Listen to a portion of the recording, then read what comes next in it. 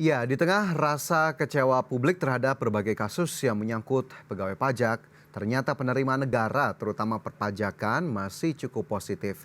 Kinerja penerimaan negara yang cukup moncer tersebut diharapkan bisa mengurangi kebutuhan menerbitkan utang baru. Realisasi pendapatan negara per April sudah mencapai 1.000,5 triliun rupiah atau 40,6% dari target.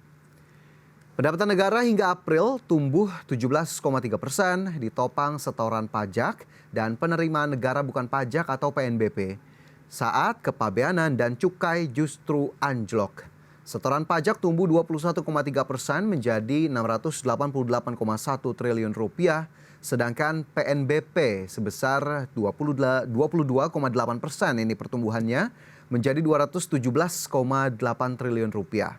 Penerimaan pajak yang menyumbang lebih dari separuh pendapatan negara ini disumbangkan oleh setoran pajak penghasilan atau PPH sebesar 410,9 triliun rupiah atau mengalami kenaikan 20,1% dibandingkan periode yang sama di tahun lalu. Setoran pajak pertambahan nilai atau PPN dan juga pajak penjualan barang mewah atau PPNBM mencapai 239,9 triliun rupiah atau naik 25% secara year on year. Dengan penerimaan pajak dan PNBP yang kuat, APBN akhirnya per April 2023 berhasil mencetak surplus yang cukup besar, 234,7 triliun rupiah. Surplus ini sendiri seiring kinerja pendapatan negara yang tumbuh 2 digit dan realisasi belanja yang relatif masih lambat. Sementara itu sisi pembiayaan kita tahu ini sebagai salah satu komponen utama dalam APBN Indonesia. Seperti kita dengar ya, dalam berbagai waktu atau beberapa waktu terakhir biasanya pemberitaan terkait utang Indonesia yang semakin meningkat, utang pemerintah, utang swasta yang memang jika kita lihat angkanya cukup besar. Dan juga per April 2023 ini instrumen pembiayaan utang juga masih menjadi salah satu penopang dari belanja negara dan salah satu yang dilakukan yakni melalui penarikan utang dan di dalamnya biasanya melalui surat berharga negara. Lantas sebesar apa sebetulnya pembiayaan utang per April 2023? Berikut informasinya. Kementerian Keuangan mencatat realisasi pembiayaan utang hingga April 2023 mencapai 243,9 triliun rupiah. Menteri Keuangan Sri Mulyani Indrawati mengatakan realisasi tersebut setara dengan 35% dari target pembiayaan dalam APBN tahun anggaran 2023 yakni sebesar 696,3 triliun rupiah. Penerbitan utang sampai dengan akhir April mencapai 243,9 triliun. Ini memang meningkat dibandingkan tahun lalu, terutama karena memang mengantisipasi dari kenaikan suku bunga Fed Fund Rate maupun suku bunga di dalam negeri. Dari total SBN 240 triliun dalam hal ini adalah 35% dari APBN. Sri Mulyani menyebut realisasi pembiayaan utang melesat 55,9% dibandingkan periode yang sama tahun lalu. Pesatnya pertumbuhan realisasi pembiayaan selaras dengan strategi front loading pemerintah guna mengantisipasi lag effect dari kenaikan tingkat suku bunga acuan Bank Sentral Amerika Serikat dan juga Bank Indonesia. Jika dilihat secara lebih rinci, pembiayaan utang masih didominasi oleh penerbitan surat berharga negara yang nilainya telah mencapai 240 triliun rupiah. Tim Liputan IDX Channel. Ya, realisasi pembiayaan utang hingga April 2023 terdiri dari penerbitan surat berharga negara atau SBN neto sebesar 240 triliun rupiah dan pinjaman neto sebesar 3,9 triliun rupiah. Menteri Keuangan menyebut realisasi pembiayaan itu melesat 55,9% dibandingkan periode yang sama di tahun lalu.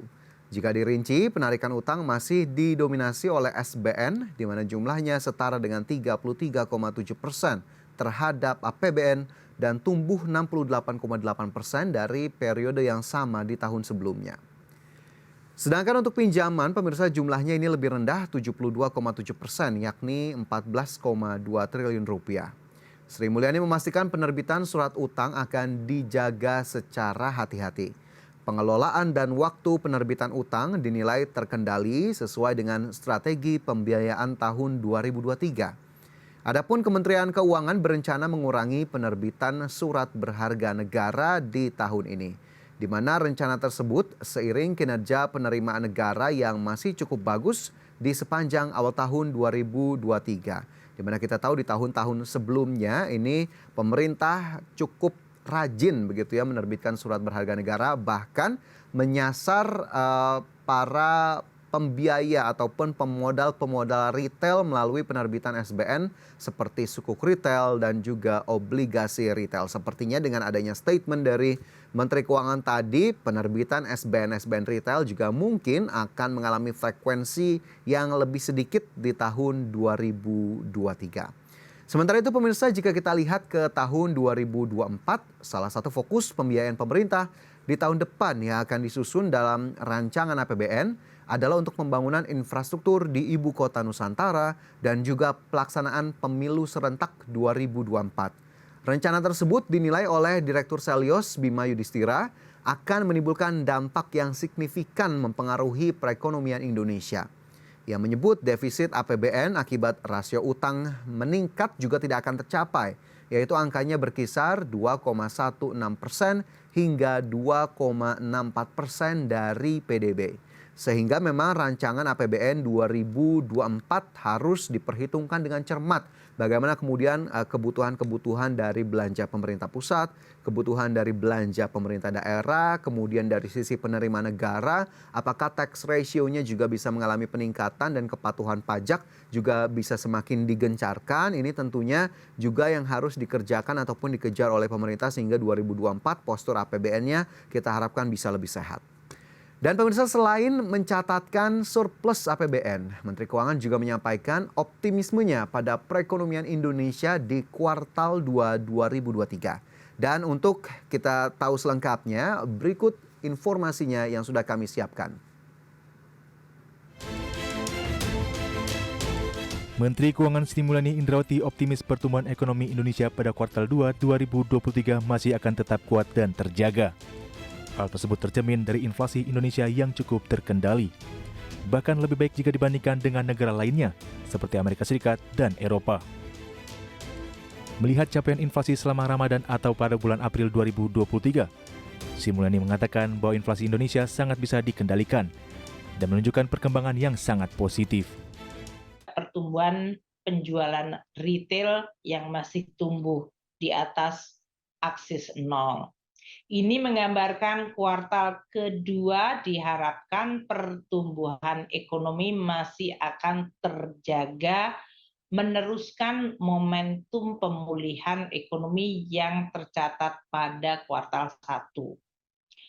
Persepsi terhadap stabilitas di Indonesia, ekonomi yang kinerjanya baik terlihat pada indeks kredit default swap Indonesia yang stabil di 0,92. Lebih lanjut, Menteri Keuangan mengungkapkan bahwa Purchasing Manager Indeks Manufaktur pada April 2023 tercatat masih mengalami ekspansi di angka 52,7 dan indeks keyakinan konsumen juga masih kuat di level 126,1. Adapun pada kuartal 1 2023, ekonomi Indonesia masih mencatatkan pertumbuhan sebesar 5,03% secara tahunan atau year on year. Dari Jakarta, Tim Liputan ITX Channel.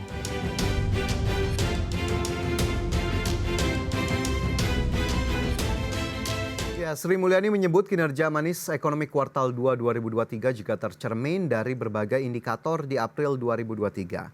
Sebut saja PMI Manufaktur Indonesia pada April 2023 yang sebesar 52,7. Selain berada di zona ekspansif, PMI Manufaktur juga meningkat dari akhir Maret 2023 yang sebesar 51,9. Kemudian indeks keyakinan konsumen pemirsa atau IKK pada April 2023 tercatat 126,1 atau naik dari 123,3 pada Maret 2023. Demikian pula dengan Mandiri Spending Index menunjukkan indeks nilai belanja hingga akhir April 2023 sebesar 156,7. Kinerja penjualan eceran per April 2023 pun meningkat yang terlihat dari indeks penjualan real sebesar 241,6 atau naik dibandingkan Maret 2023 sebesar 215,3. Sementara itu ekonom memproyeksikan pertumbuhan ekonomi Indonesia di kuartal 2 2023 akan lebih kuat dibandingkan kuartal 1 2022. Ekonom Bank Mandiri memperkirakan pertumbuhan ekonomi kuartal 2 akan berada di kisaran 5,05 sampai dengan 5,1%. Pertumbuhan yang kuat tersebut utamanya ditopang oleh faktor musiman. Biasanya aktivitas ekonomi di kuartal kedua akan lebih meningkat dibandingkan dengan kuartal pertama. Selain itu adanya perayaan Lebaran membuat tingkat konsumsi lebih tinggi. Adapun dari sisi investasi ini tercatat memang sedikit melambat di kuartal pertama dan kedepannya ini tentunya sangat bergantung pada situasi global. Meski demikian ekonom Bank Mandiri menilai aktivitas investasi di dalam negeri masih terkendali di tengah berbagai gejolak perekonomian global. Dengan demikian untuk keseluruhan tahun 2023 pertumbuhan ekonomi Indonesia diperkirakan mencapai 5,04%. Adapun ekonomi Indonesia sendiri juga akan menghadapi tantangan lain yaitu penyelenggaraan pemilu serentak di tahun 2024. Belanja terkait pemilu diharapkan dapat mendorong konsumsi, namun di sisi lain investor tentunya akan bersikap hati-hati dan cenderung wait and see. Dan kita harapkan memang semua pihak dapat menjaga optimisme terhadap pertumbuhan ekonomi Indonesia baik di kuartal kedua, ketiga, dan juga keempat. Dan juga di tahun 2024 yang kita tahu sebagai tahun politik, kita harapkan stabilitas tetap terjaga sehingga memang akhirnya aktivitas perekonomian tetap mampu tumbuh lebih kuat dan tentunya posturnya sendiri atau komponen-komponennya juga bisa berkontribusi lebih baik terhadap perekonomian nasional. Dan pemirsa kita cukupkan informasi di segmen ini. IDX Precision Closing akan segera kembali usai jeda.